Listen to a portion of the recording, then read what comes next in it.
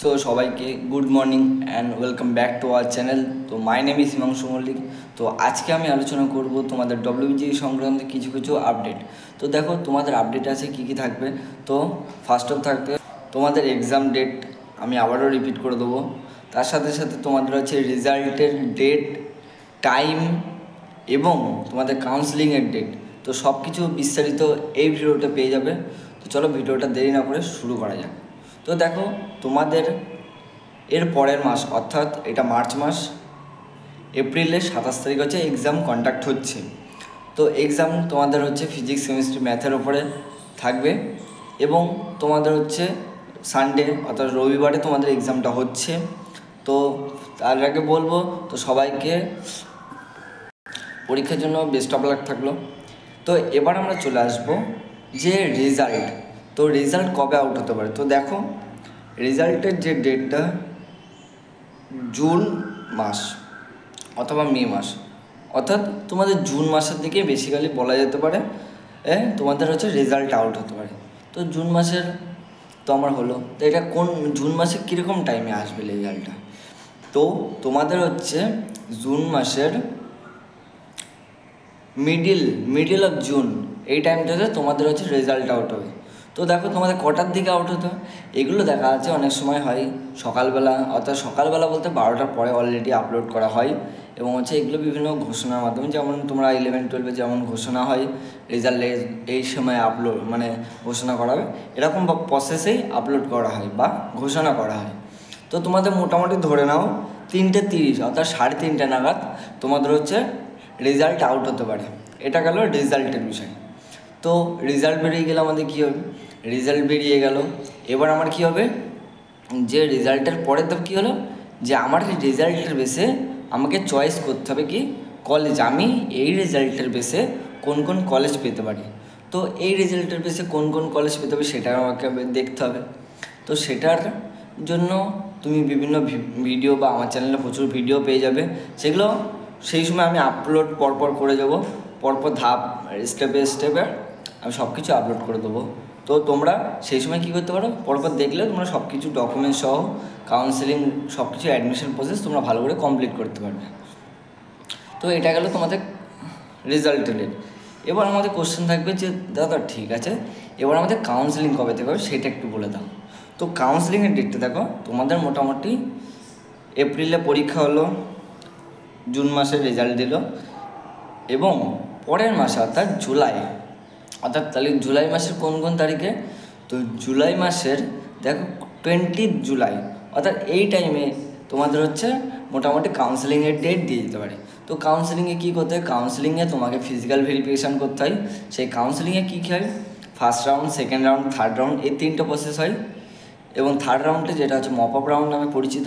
তো এই 3টে প্রসেসের মাধ্যমে তুমি কলেজে অ্যাডমিশন নিতে পারো।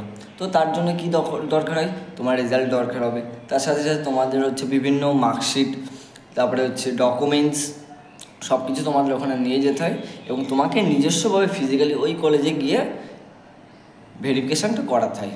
এটা গেল ফিজিক্যাল ভেরিফিকেশান প্রসেস।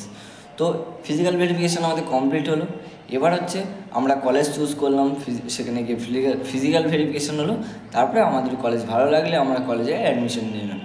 তো এই যে স্টেপ ওয়াইজ যেটা দেখলে A to Z, এটা হচ্ছে তোমাদের যে অ্যাডমিশন প্রসেস ডব্লিউবিজির থ্রু করতে হয়। এবার এই প্রত্যেকটা স্টেপে যেতে গেলে তোমাকে কিছু কিছু রুলস রেগুলেশন সব কিছু মেনটেন করতে হয়। যেমন তোমার রেজাল্টে গেলে রেজাল্টটা ডাউনলোড করলে কাউন্সেলিং প্রসেস থেকে তোমাকে বিভিন্ন ডকুমেন্টস, তার সাথে রেজাল্ট লাগবে এবং তোমাকে বিভিন্ন মার্কশিট এবং বিভিন্ন সার্টিফিকেট, এক্সট্রা কারিকুলাম সার্টিফিকেট, সেগুলো তোমাদের প্রয়োজন হতে পারে। তো এগুলো যদি তোমরা সঠিকভাবে দেখাও তাহলে তোমাদের ফিজিক্যাল ভেরিফিকেশানটা কমপ্লিট হবে। এবার তোমাদের ফিজিক্যাল ভেরিফিকেশানে বিভিন্ন দুটো বার্তা বা দুটো নোটিশ থাকে, ইয়েস এবং নো। তো এইগুলো আমি পরে বলে দেবো। আজকে বেসিক যে টেন্টেটিভ ডেটটা, তো দেখো আজকে আমি যেই জিনিসগুলো বা যে টাইমগুলো আমি তোমাদেরকে মেনশন করে দিলাম, তো সেখানে কি দেখা যাচ্ছে, সেখানে তোমাদের যে তোমরা যে এক্সামে এগিয়ে আসতে চলেছ, এই এক্সামের পরবর্তীতে তোমাদের কি কি হতে পারে, তো সেটাই আমি আজকে পুরোটা দেখিয়ে দিলাম বা বলে দিলাম তোমাদের। তো তোমাদের এক্সামের পরে তোমাদের অনেক চাপ আছে, শুধু চুপ করে বসে থাকলে হবে না, তোমাদেরকে এই চ্যানেলে ভালো করে যুক্ত থাকতে হবে এবং তার সাথে সাথে অ্যাক্টিভ থাকতে হবে, যাতে দ্রুত তোমরা প্রত্যেকটা ডকুমেন্টস সহ সব কিছু তাড়াতাড়ি কমপ্লিট করতে পারো এবং একটা কলেজে অ্যাডমিশন নিয়ে ভবিষ্যতে ভালো পড়াশুনোর মাধ্যমে এগিয়ে যেতে পারো ইঞ্জিনিয়ারিং লাইফে। তো এটাই তোমাদের কাছে, সবার কাছে আমার ইচ্ছা রইল যে তোমরা সবাই ভালো রেজাল্ট করবে।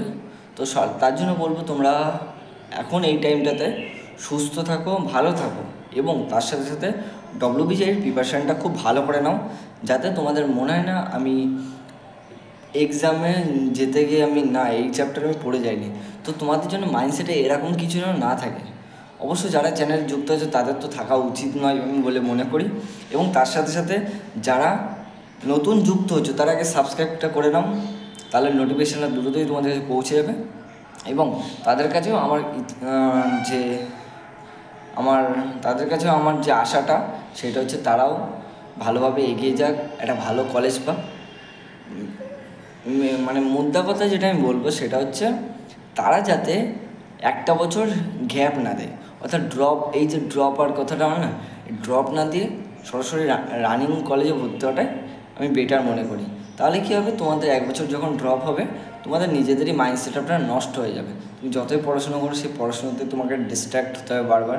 তো সেটার জন্যই বলবো তোমরা ভালো করে পড়াশোনাটা করো এবং পরীক্ষাটা ভালো করে দাও। তো আজকে তোমাদের জন্য এতটুকুই রাখলাম।